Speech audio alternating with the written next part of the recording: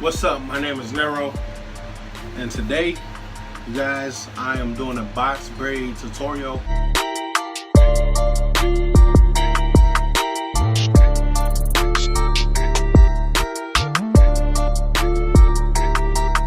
And then you want to part it into 4 parts.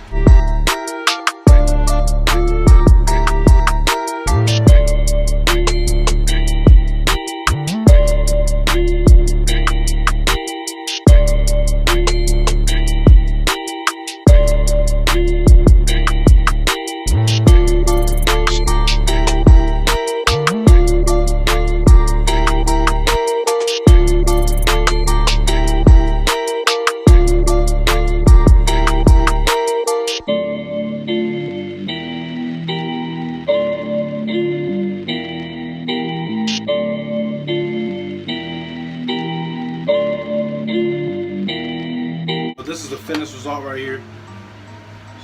I'll probably not keep these in. I don't know why. Probably not. Basically, I just made a tutorial for you guys. That was it. I'm probably not keeping these in. Probably just stole my 2 braids back in. I don't know. So if y'all like that little tutorial, give me a thumbs up.